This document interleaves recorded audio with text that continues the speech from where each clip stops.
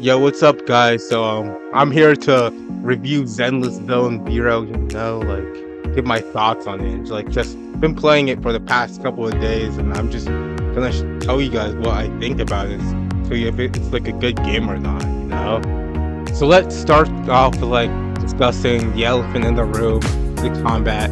And the combat in this game is it's okay. It's not great. It's just okay. Like the thing is what I think brings down the combat is that it's just that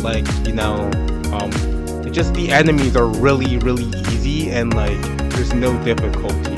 So you just spam left click, you press spacebar to do like the counter thing. You might press E occasionally, and that's all there is to it. There's not like a lot of depth to it, which I think a lot of people dislike about the combat inside of this video game. So that's the main criticism. Yeah. I mean, the combat is simplistic, but for me, it feels like it's really fast paced. It's very responsive, so it feels good playing it. But what you're actually doing is not that tremendous. You're just kind of just mashing left click, but mashing left click in this game feels really good. So even though combat is simple, is easy, and not really that in depth, it feels really nice. So yeah. Along with the combat, how it looks, the animations I think are really good. I heard some people complain about the animations. I just don't see where they're coming at all. They're just completely wrong. The animations in this game are great. They look super clean. Kind of ultimate abilities look super cool. People were saying that Genshin has better animations and better ultimates. I have to disagree. Maybe with some characters, but that's kind of, I feel like that's kind of cherry picked a bit. The animations for the characters for the combat look really cool. So that's kind of adds how the combat looks really good, but isn't that complex or doesn't require too much input on your own end. Back to the enemies, the enemies are just kind of bullet sponges, or they're just damage sponges, basically, because you just kind of just beat them up. They don't really hit that frequently. They attack really slow, so it's just so that's why it's just not as engaging.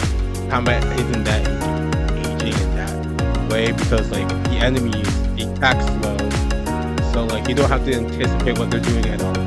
You literally just have to see the enemy in its general direction and just hit it. You don't have to anticipate anything. You don't have to strategize or use your brain. You just have to spam left click. The game is quite brainless in that regard, because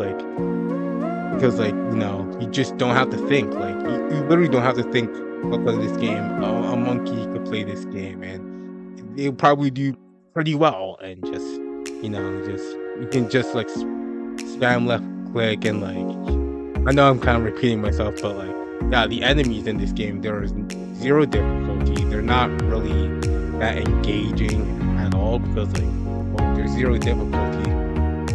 They don't have. A couple might have a cool ability here and there. Here's this one enemy which was a little difficult, not really that difficult, but it had these teleport abilities, and I was oh wow, this first enemy that has something unique and isn't just a damage sponge. But yeah, the enemies in this game are very lackluster, very lackluster, and just take zero thought at all. All those people who are complaining about the new Elden Ring DLC being too hard, they should just play this game. Honestly, just play this game. If you want a game that's easy, that I can just play for fun and be casual, and you don't want to play hard games, or that makes you I don't know, wet yourself, playing something difficult, just play this game. It's super easy. You can just scroll through Twitter or Instagram while playing this game. You can just basically just do something else while playing this game.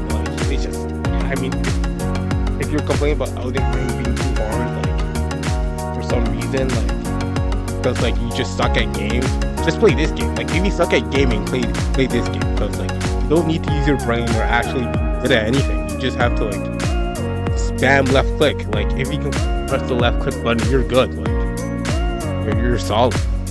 Also, here's like another complaint that a lot of people have about the game, and I do as well, are the TVs. Not gonna lie, like at first I thought the TVs were kind of cool. I was like, oh, this is like an interesting mechanic. Like, oh, are these gonna be like puzzles or something like that? These seem kind of cool, you know, like kind of like interesting little like, puzzles.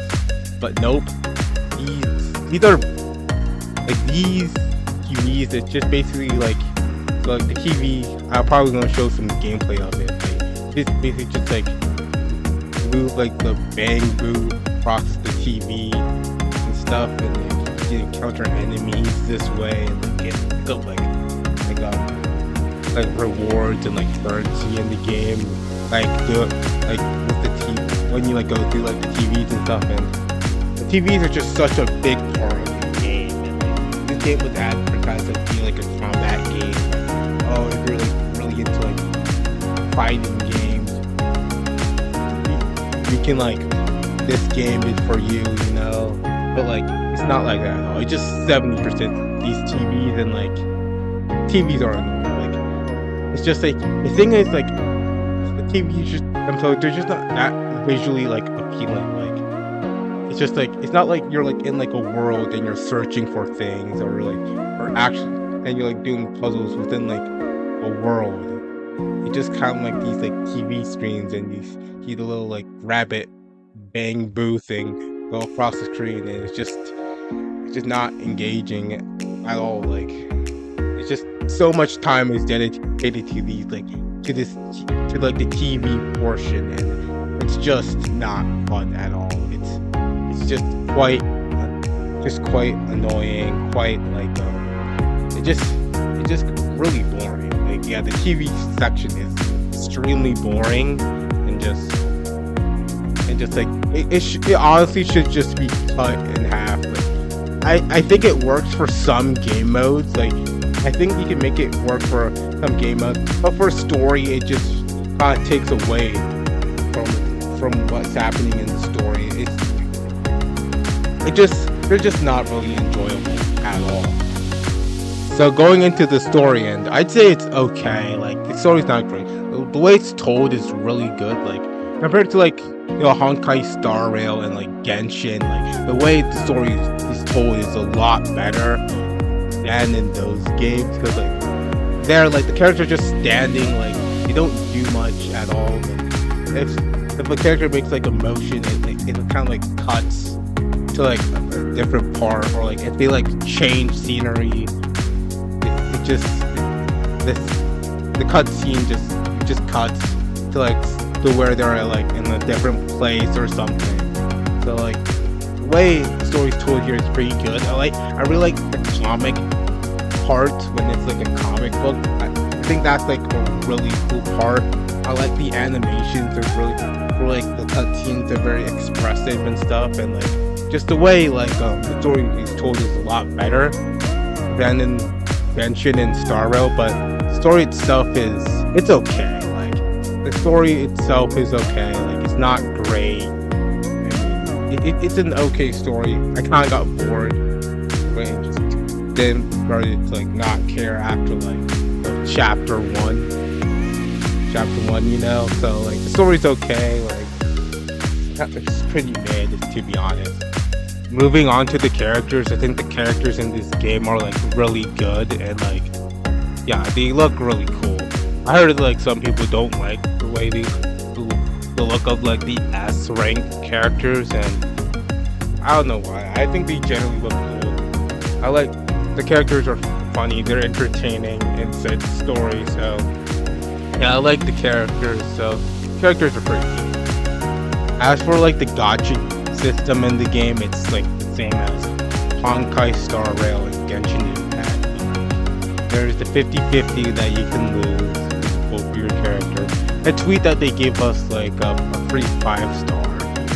But like, of course, when I like pulled for my free 5-star, of course I got furry.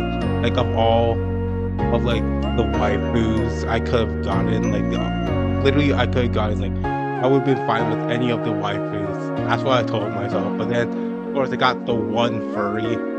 Of like literally, of course that had to happen. But it's cool that you get a free 5-star.